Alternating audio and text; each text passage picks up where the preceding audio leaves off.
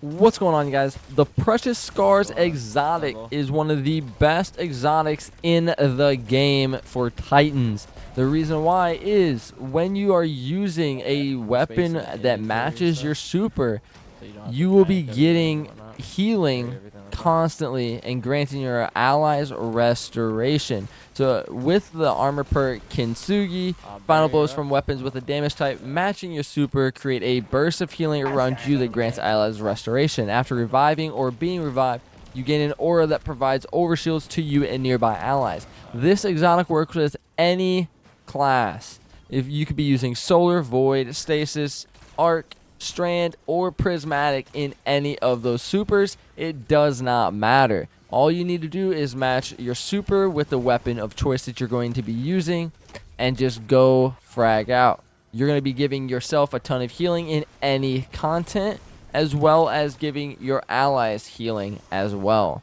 So we're going to be taking a look at a couple different builds that we suggest that you use in later game content. The first build we're going to suggest here on the Precious Scars exotic is going to be a tried and true, just going straight solar build.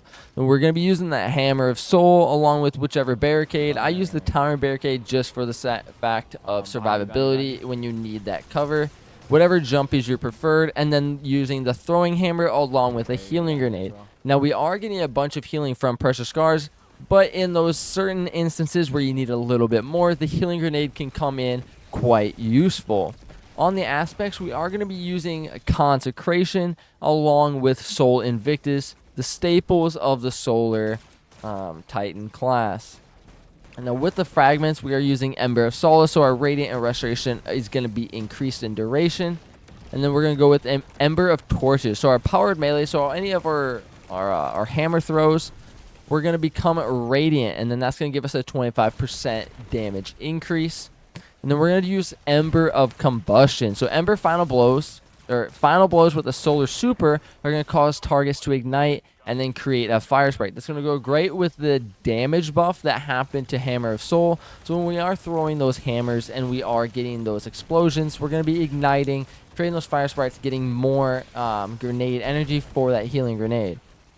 And then we're going to be using Ember of Char. So our solar ignitions now are going to spread Scorch to the affected targets. So going back to our super, the Hammer of Soul, we're going to be throwing hammers with the Ember of Combustion, getting the ignitions, and then those ignitions are going to spread Scorch to the affected targets.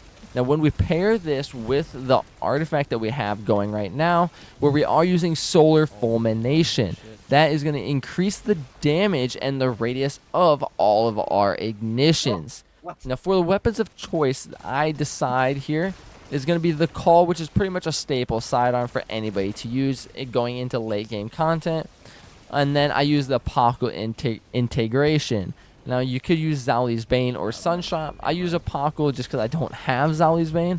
And this one has Keep Away and Incandescent. So with Incandescent, I'm going to be getting Scorch spread while defeating those targets. And once I get enough Scorch on those enemies, it's going to create that ignition. And then we're going back into our fragments, as well as our artifact, getting those higher damage ignitions, as well as spreading the Scorch off of those ignitions, make it easier to get more ignitions. So we're going to have a lot of things blowing up on the field. Now we are also using Dragon's Breath. You could use Gallowhorn if you are in a party. Gallowhorn may be the better option, so that way you can buff everybody else's rockets.